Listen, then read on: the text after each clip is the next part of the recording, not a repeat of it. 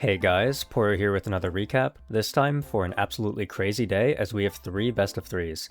CFO versus Fly, which should be a pretty close one I think, then we get the pity match between BLG and Top Esports, and finally the probably stomp between T1 and MKOI.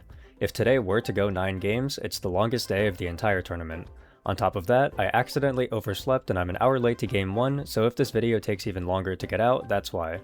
Anyways, let's get into the first series between CFO and FlyQuest. Game 1 was one of the more tense games we've seen at this tournament. My first impression looking at this was actually a bit of confusion. I don't mind the Fly draft actually, but I'm wondering if maybe Fly aren't feeling too confident about this match, because domestically, Fly would always give over Azir and then play Cassio into it, whereas here they gave over B1 Azir with no Cassio ban, and then they locked Talia. This is nerfed Azir and buffed Cassio by the way. I'm very surprised Fly didn't build a comp around that. For the first while, not much was happening. Kaiwing forgot about lane swap detection and lost some XP that put him down a level for a while, but it didn't end up resulting in anything, so that's fine. And the main story we got was Hongqiu slowly blasting quad in lane after the Talia took a bad level 1 chunk to Xin Zhao. Also notably, Doggo was completely outlaning Masu in this one. He was playing way closer to his limits. We actually didn't see a fight break out until the 14-minute mark as CFO started a Drake, but Inspired went for a pretty crazy flank which made CFO panic a bit, and they were able to turn that chaos into 2 kills and the first major gold lead of the game. CFO didn't let them snowball though, as they used their mid and bot lane leads to take all 3 outer turrets and even up the gold. CFO then snuck Otacon for free completely, but we then got the Fly Classic as no plays were made for the next few minutes, but Fly walked into the 4th Drake with a 4k gold lead. This fight would go relatively well for Fly as Bwipo and Inspired outplayed Xin Zhao as quad zoned everyone else, and the end result was the dragon going towards Fly and a 1-for-1 kill trade. With a 3k gold lead and soul point, things were getting desperate for CFO, and they would start the Baron, which would lead to the most important moment of the game. Quad ulted in between the Corki and the rest of CFO and got one shot. Nothing else to say, he solo ulted Leona with full information of where Corki was and got one shot by the Corki. CFO would go on to turn this into a 4-for-1 teamfight, and now the game seemed very difficult for Fly. Inspired is the only person playing well though, and he goes for a Hail Mary flank which results in 2 people on CFO dying, including a shutdown on Corki. Inspired then finds another pick on Rumble in the side lane, and while Fly are still losing, the game is at least somewhat playable again. Fly would take another teamfight in CFO's topside jungle, and this one was mostly Junja just playing too aggressive, and Fly turned it into a 3-for-2. Fly tried to do Baron with this advantage, but Doggo and Driver walk in to defend it and they outplay the situation, killing all 3 Fly members while not dying themselves. All it would take was one more winning teamfight for CFO in the mid lane prior to the soul fight, and this game was basically wrapped up. This game was incredibly close. It felt like any time no objectives were up, Fly were winning around the map. However, when it came to teamfights, CFO were significantly better. Even on soul point and up 4,000 gold, Fly still entered away the teamfights and lost. Masu was completely outclassed by Doggo from start to finish. Doggo's Corki was actually very good. I haven't seen a Corki play this aggressively on his item spikes this effectively in a while. Whether it's because Doggo is great or because Masu is worse is up in the air, but I lean more towards Masu being worse. Hongqiu's Azir looked pretty good too. He took advantage of the level 1 health lead and turned it into a massive point of pressure for the team. On Fly's side, basically everyone except for Inspired made multiple large mistakes. I thought the Vi was making a lot of creative plays happen and was also the one who kept them in the game once it started slipping away. Everyone else was either invisible or had a mix of good or bad plays, and at the end of the day, CFO were just a much more complete unit when it came to the fights. I think Fly got into the position they needed to in order to win this game easily, but they threw it away and lost due to individual bad plays and team miscommunication. After seeing this, I do expect CFO to win game 2. If CFO could go down this far and still win every teamfight, Fly don't have a way to win. I also still think it's weird to see Fly draft like this after seeing how they played all season domestically, and it makes me wonder if there's some kind of mental gap happening. Well, Fly have kindly decided to help make my day shorter because they rolled over and lost. You know Fly have given up as soon as they draft Annie. I think Quad has hit a total of 0 good Annie ults this entire year by the way. I'm trying to think about it and I genuinely cannot remember anything but bad Annie ults. Also, Masu was going Kraken Slayer Lucian this entire year, and in this elimination game he went Essence Reaver instead. Just seems off. Fly look like they have no confidence at all. Not much to say about this one. Busio got his flash blown level 1, and then Fly straight up lose all 5 rolls at the exact same time at the 5-minute mark. Let's go over this one at a time. Quad gets dry solo killed by Ryze. Nothing fancy about this one, he walked up to Ryze and died 1v1. Doggo and Kaiwing used their summoner spell advantage to 2v2 dive Lucian and Nami, and the Nami missed her bubble which led to Doggo getting a cash in on Masu. Inspired tried to salvage his Gromp as Junja went for an invade, but Rest had first move and the Rek'Sai killed Qiyana. We got 5.5 minutes into the game and the game is over. Everyone on Fly just gave up and lost in peace before the first objective went down. For what it's worth, I think Inspired played well this game after the initial team-wide collapse. He found 3 dives on the Rise on side lane which helped him get back into the game a little, and he even blew Doggo's flash at one point. It didn't end up mattering though. Fly decided to start Otacon and got blown up by the Rise Nico ult combo. Nothing else to say, Fly played bad and the game is over. With this, LCS claims its rightful place as the worst region in the world, and LCP has officially beaten both the LEC 1 seed and LCS 1 seed at an international tournament this year. As an LCP co-streamer, I'm obviously pretty happy about this. Doggo played a great series and completely gapped Masu in both games, and everyone else played a solid day too. I don't think CFO fixed any of their main problems today, but their flaws were not enough to lose to a team like Fly. If they match up against G2 or KT, I think I might actually favor CFO in quarters, but I still think they'll struggle against the other draws. As for FlyQuest, they seemed really mentally boomed. They weren't drafting their champions, and they couldn't win any teamfights no matter how big their advantages were. Bwipo and Quad both had pretty horrible tournaments across the board in my opinion, and both Masu and Busio looked worse than I wanted them to. The only player on Fly who played well at all was Inspired, whose only bad game was that first one against T1. I would be surprised if these 5 players stick together. It feels like they hit their ceiling, and their ceiling is losing to both LEC and LCP. Pretty pathetic way for Fly to go out. Now let's move on to what will surely be an even more pathetic series between Top Esports and BLG. Game 1 was a BLG stomp. Would you look at that? All it took for BLG to look more like themselves was to play against a Chinese team in China. Top Esports, however, did not. They got themselves their early lead and whatever off of some nice Kanavi ganks, and the Jarvan started out 3-0-3 as everyone on BLG were dying at will to wherever Jarvan went. However, BLG looked way better around the map. On made up for his early mistakes with a few super nice ultimates, including a massive flank at Otacon that got BLG the objective. Knight was playing well too, his Ziggs was doing a fuck ton of damage later on in the game and he was applying a lot of pressure. The best players on the team though were Bin and Shadow. Both of them finally played their first good games at this tournament as they were involved in so many of the positive plays BLG found. If BLG can look this good in game 2, maybe there's still hope for them in quarterfinals. TES still suck. Hong and Kanavi played well early, but then everyone else, Hong included, ran it the fuck down afterwards. 369 was pretty invisible in this one, Cream rolled over like a wet noodle as soon as BLG started trying in the slightest, and Jackie Love expertly navigated his lead as he fed the shit out of Elk who wasn't even playing that well. Still an absolute joke of a team, playing against BLG didn't fix anything for them. Please God, I beg you, do not let Top Esports win game 2, I really don't feel like watching 3 games of this team today. My bad guys, BLG's topside played one good game and I got baited into thinking maybe they would play well. Game 2 was pretty sad to watch. BLG got out to an early lead with some nice plays from On a Knight, and it looked like maybe they could win. In particular, there was one teamfight where Cream and Hong had anti-synergy as Hong tried to flash onto Knight, but Cream shoved Knight out at the same time so neither of them could kill and BLG won the fight overall. However, Top Esports literally just kept full control of the game anyway and got every objective. BLG should have angles to fight with their engage and playmaking, but the way it would normally go is that they use their strong setup tools to get advantages before the objective spawns so that they can maybe blow flashes or get a gold lead or something. But instead what we got was stuff like Bin losing his flash by being too aggressive against Cassante near turret, Bin dying for fun and losing his flash again, Shadow ulting himself into a turret basically and needing to flash out, stuff like this. That's why it seemed like BLG rolled over and died. It's because their tools to generate leads were literally never up at any point. There's really not much to say. They tried their best on the soul fight to hard engage on Jackie Love, but the carries from BLG never dealt enough damage to win because they didn't have any space to play, because all the champs who were meant to be useful early never got their leads. For the record, nobody on Top Esports played that well. It wasn't like Top Esports played a clean methodical game to choke the enemies out, Top Esports just played a regular game and BLG tripped over themselves. I'm simply meant to suffer and watch, this was way more of what I was expecting from this series heading in. BLG decided to gamble in Game 3 by subbing in Beijuan after 2 underperformances from Shadow, and you know what? This game was not Beijuan's fault.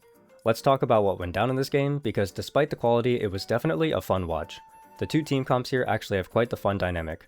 Smolder late game is definitely a threat, but BLG have so much hard engage and dive on their team that it is not easy for Smolder to play.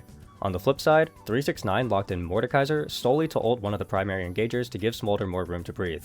It would be easy to look at these comps and say Smolder should just hard win, but it's a lot closer late game than what I think people might expect.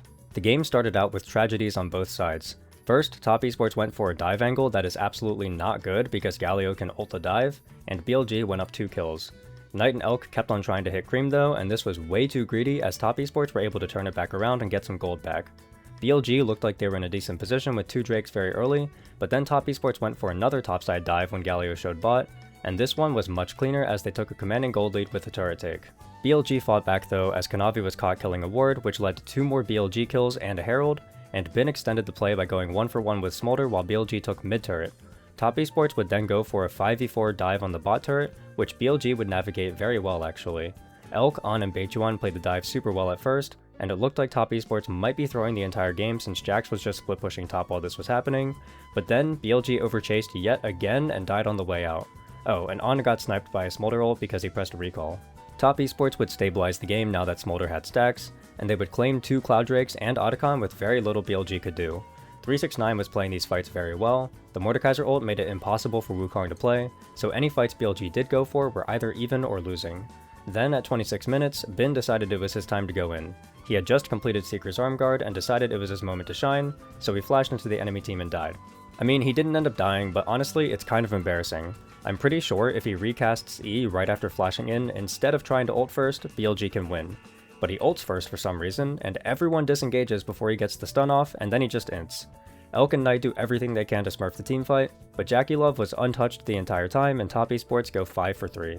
BLG try to fight a few more times, and they even actually win a fight when Top Esports is pushing in their base, but realistically, the game is over at this point. One more attempt at the Cloud Soul would be all Top Esports needed to defeat BLG and knock them out of the tournament. This game was really sloppy to be honest. Props to BLG for hanging on as long as they did, but they were digging out of a hole they got themselves into in the first place. I didn't feel like anybody on Top Esports played well except for 369. I almost gave 369 a 9, but decided he played the last few teamfights only okay. Everyone else was super shaky. Jackie Love was clutch in the one fight, but he also inted like 2 more. Hong and Kanavi both continuously missed a number of spells and fights that could have made the game much easier to play, and Cream felt like he had almost no impact in a lot of fights, despite sometimes being in good positions to do damage. On BLG's side, one might be surprised to see Bin score so low after all the heroics he was pulling, but realistically, I do think he botched the engage super hard that ended up being the game-losing fight, so I had to dock him hard for that. Beichuan was inoffensive this game. He tried his best, but the Mordekaiser counterpick was really good, so there wasn't truly a way for Wukong to play the game. Elk was teamfighting well, On was stinky, Knight was hit or miss. Nothing else for me there. With this, Top Esports move on to quarterfinals where they'll probably get 3-0'd by whoever they play against. I think in this form they get clapped by Genji, HLE, T1, AL, and CFO, and they aren't looking any better than teams like G2 or KT either. Everyone on this team has had their play decrease drastically except for maybe 369, but even 369 had a couple of ugly games. For the most part, Top Esports is actually still playing their early games decently, but the problem is that everyone is choking out of their minds in every skirmish and teamfight. No hope for this squad whatsoever, but we all knew this would happen. As for BLG, what a complete generational collapse. I want everybody to go back and look at the teams they played. 100 Thieves, Fnatic, G2, VKS, and Top Esports. This was the easiest run of all time and they still failed. Bin was terrible and inted most of the games, Beichuan only played 2 games but was god-awful in one of them, Shadow also only had 1 good game, Elk was invisible half the time, On was running it down, and while Knight was definitely the best player on the team, I didn't think he played particularly super well either. This team maybe needs to just blow everything up at this point. You had the best jungler in the league and you ditched him for the smartest jungler in the league, who you ditched for 2 middle-of-the-pack junglers who both choked at internationals. Clearly this core cannot win with any jungler even if they're super hard favorites, despite all the potential the team has on paper. I think it's time to throw in the towel and send everyone to a different org where they can play in a better environment. If I start going in on BLG then I will never stop, so let's just go to MKOI versus T1. Okay, T1 fans and MKOI fans, I am begging you. We all watched this game 1, right? I'm not delusional in saying that this game was a joke, right? Faker played really well, I'll give him that much. He stomped Jojo in lane in a matchup he should lose lane in, and then team fought really well afterwards. Everyone else played bad. People told me in the Gen G Top Esports video that maybe the reason why Gen G looked so mediocre was because they were playing for fun. I think I'll take that angle here. T1 were for fronting it. I tried so hard to give MKOI any credit for this because I don't want to keep shitting on EU, but I just can't do it. Elyoya's invade on owner was a bad play. He was forced to do it because he reset his wolves and would have had negative tempo if he just full cleared, but then owner simply chose not to flash over the wall despite having ample time to do so. Okay, next play. Jojo dies to a gank from Kiana and blows his flash as well. This is actually not a great Kiana gank or anything, Jojo is just pushing up the wave on a timer where he knows Kiana is on top scuttle. Then Supa and Alvaro are getting ran in the 2v2, but Guma decides to take it into his own hands to lose the game. First, he's stepping up into a tri-bush that he knows multiple people are in and gets his own flash blown. Then he teleports directly into Mordekaiser's face and gets ulted and killed. Then he gets caught out on mid lane and flashes into the Mordekaiser E that was already casted and dies again.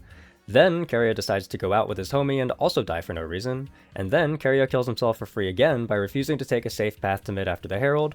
Then Guma decides now it's his turn to be the homie and die with Keria, even though he sat there and watched Xin Zhao stack up Q on the turret. MKOI fans and T1 fans, please feel free to tell me what I'm missing here. Tell me what MKOI did that was really good to get this lead, and how it was not just 3 players on T1 running it down. I will keep an open mind, I promise. So now MKOI has a pretty large lead, surely they win, right? Well, we all know MKOI at this point, and we know they'll throw it. Let's see how it happens. Oh, it's a Corki trying to flash, shockwave, assassinate a Kiana. I have no words. This game 1 is unserious, and I refuse to give either team credit for these first 21 minutes. They have a team fight that honestly doesn't matter, and then at the end of the team fight after MKOI get clapped, Jojo decides to give Faker a montage moment as he blows his flash while dying for a second time. Then T1 start Baron and Doran ults himself into the entire enemy team and dies. Don't you dare try to tell me this was a zoning ult. This was not a zoning ult. He was not creating space. And then T1 walk it in and win. Nice game. It's a T1 2-0. They're literally limit testing as if it's a content scrim, and they're winning from a large deficit anyway. We're giving Faker a Zir, by the way, just pointing that out one time. Let's give Faker a Zir, good idea. Game 2 was slightly cleaner than Game 1, but that doesn't mean much. The bar was on the floor, and both teams tried their hardest to get under it anyway. I'm just going to go through all the plays one at a time and try to present them as I saw them. At 4 minutes, Supa solo kills Guma. I think for the most part, this is actually good by Supa. Obviously, Guma should know Sivir doesn't beat Vayne in a 1v1 like that, but Supa did well to play around the bush vision. Next, Elyoya and Alvaro walk into enemy jungle to maybe dive Doran or take Krugs or something. I have no idea what they're thinking here, but obviously it's bad because Rek'Sai is literally burrowed, so she has full information of where they are the entire time. Elyoya and Alvaro both die here, and Merwin joins just to flash out, and I view this as a bad play from all 3 MKOI players and nothing else. Next, Oner and Doran went for a dive against Merwin.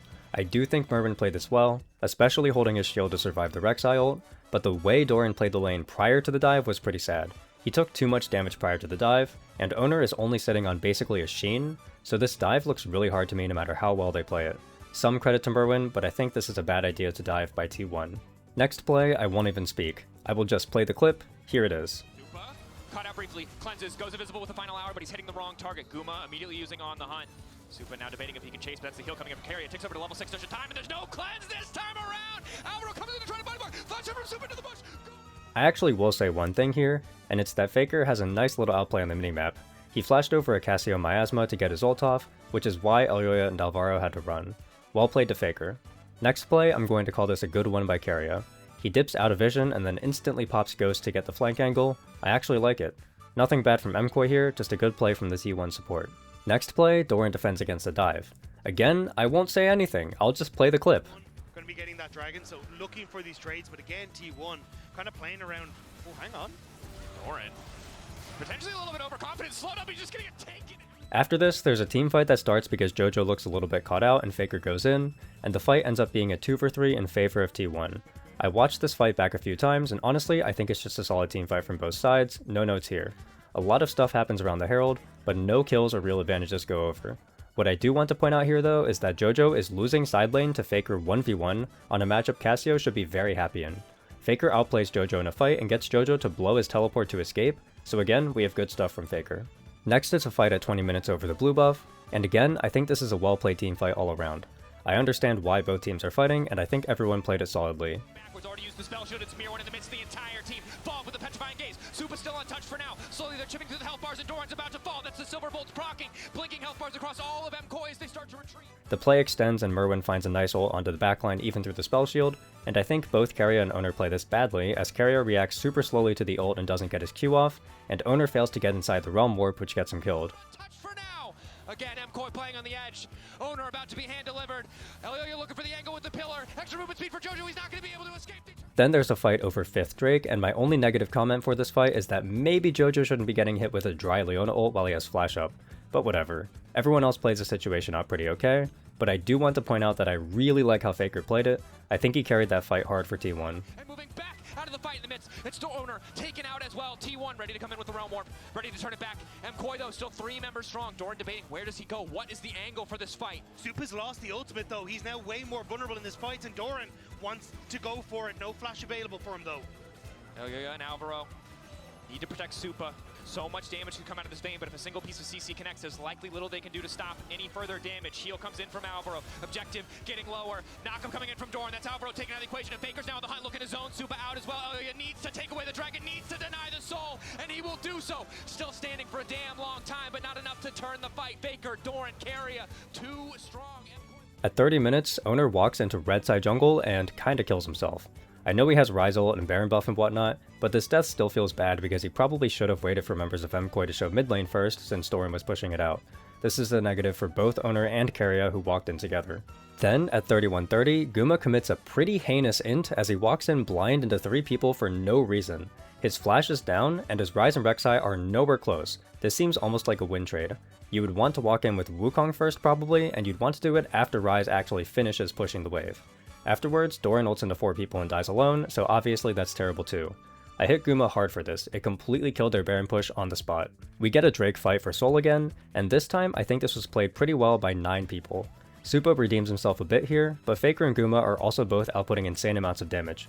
Faker has yet another great ultimate to win T1 the fight, but what really happened was that JoJo started this fight by flash ulting nothing, which started MKOI off with a massive handicap.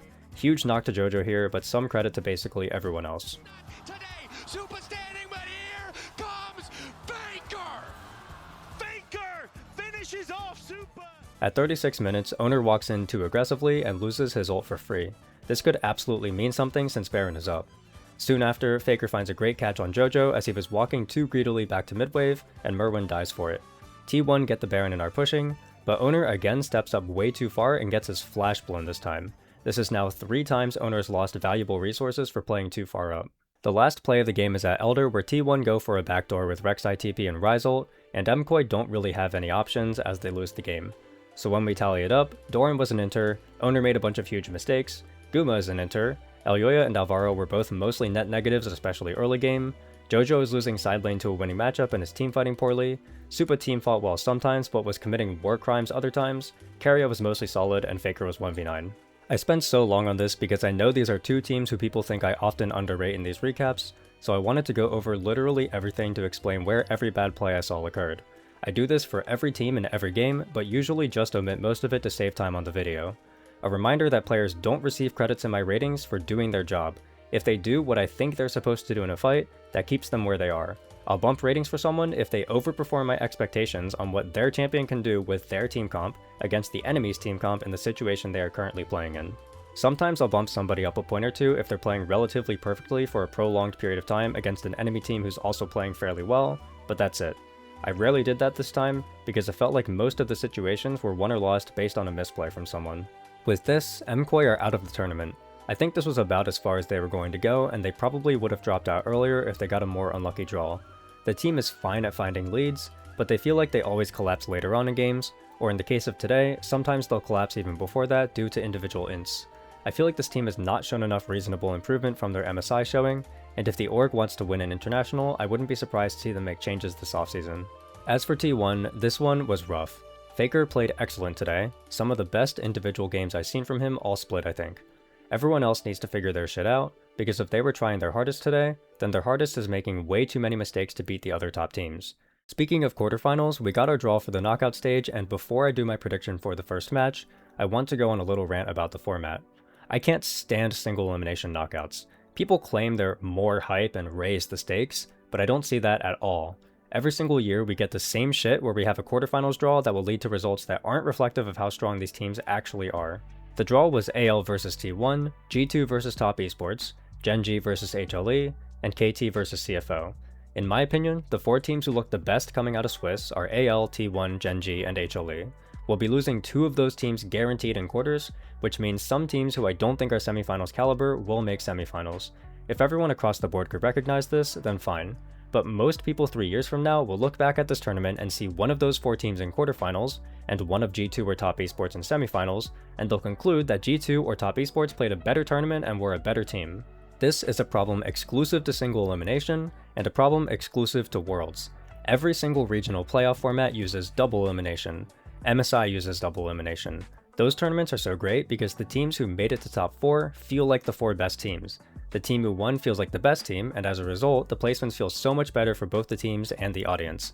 At MSI, we know for a fact that Gen G was the best team there, T1 was the second best team, AL was the third best team, BLG was the fourth best team, and Fly and CFO were the fifth and sixth best teams. There was no debate for this result, and the teams got multiple chances to prove it.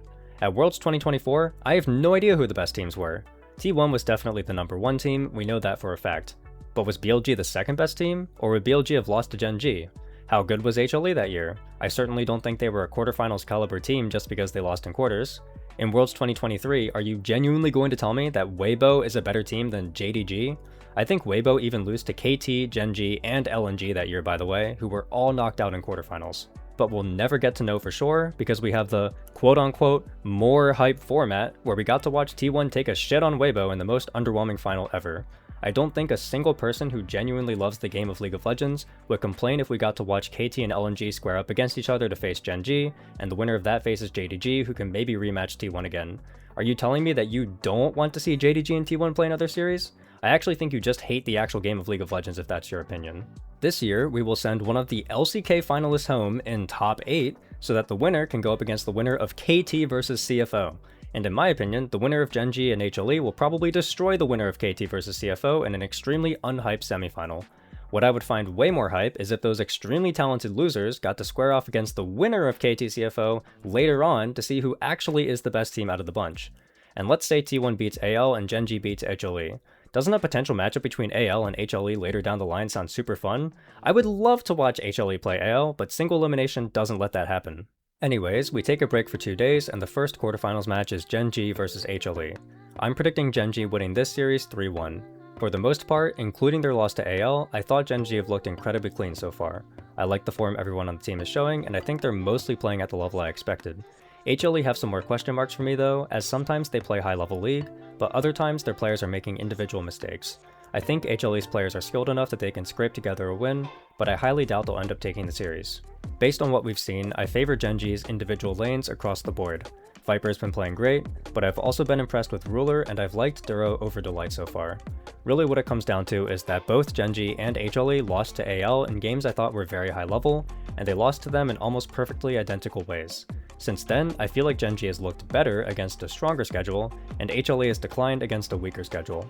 Pairing this with how they looked in LCK Grand Finals, I have Gen G pretty confidently. That's all I have for you for this one. I recently started a Patreon for people who want to support me more while I'm making these videos. I have 3 tiers, each with varying amounts of benefits, including different types of behind the scenes content, and even a custom Poro drawing that I'll display in video outros. If that interests you, check out the Patreon link in the description. I'll see you all for the next one. Bye!